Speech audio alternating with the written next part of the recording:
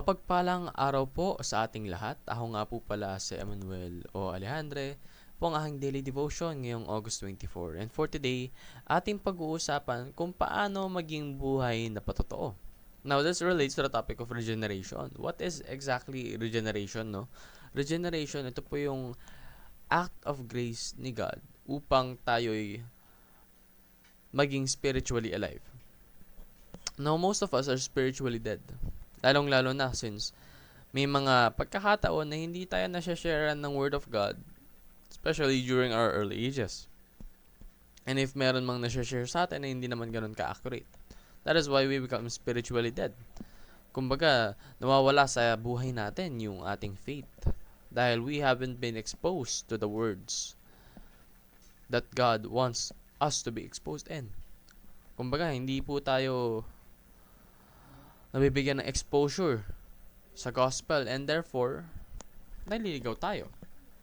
And in fact, we are born with the curse of sin. And with the curse of sin, we are spiritually deprived.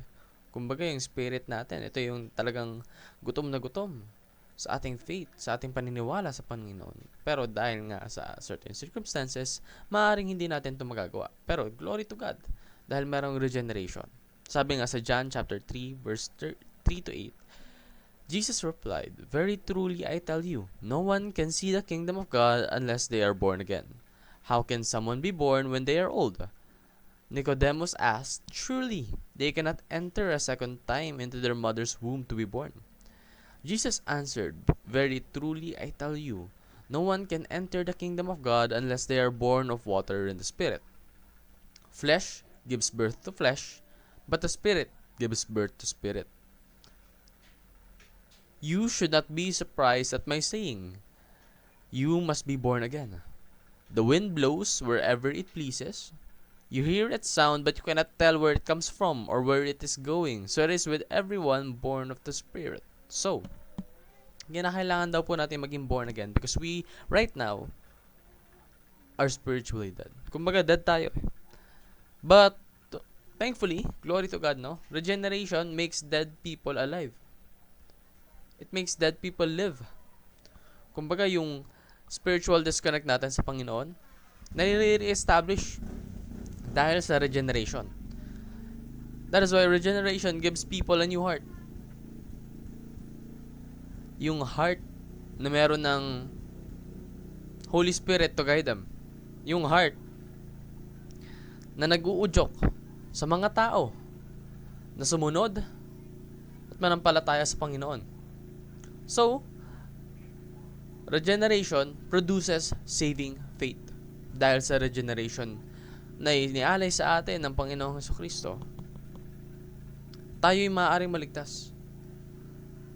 Dahil sa regeneration, inuudyok tayo na maniwala, na magtiwala at manampalataya. So, pray for the salvation of your family and friends.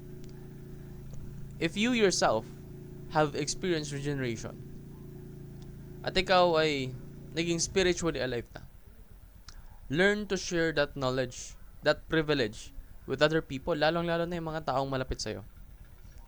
Proclaim the gospel in the power of the Spirit. Ipalaganap mo yung kanyang mensahe.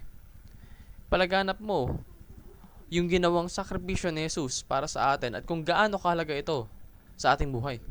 And persuade by being a living proof of the gospel. Ipakita mo na tunay kang nagdaan na sa regeneration. Ipakita mo yung giting ng Panginoon through you, through your actions, through your achievements, through your mindset. Yan lamang po ang aking daily devotion. Maraming salamat sa pakikinig. Pagpalain po tayong lahat and let us all give glory to God.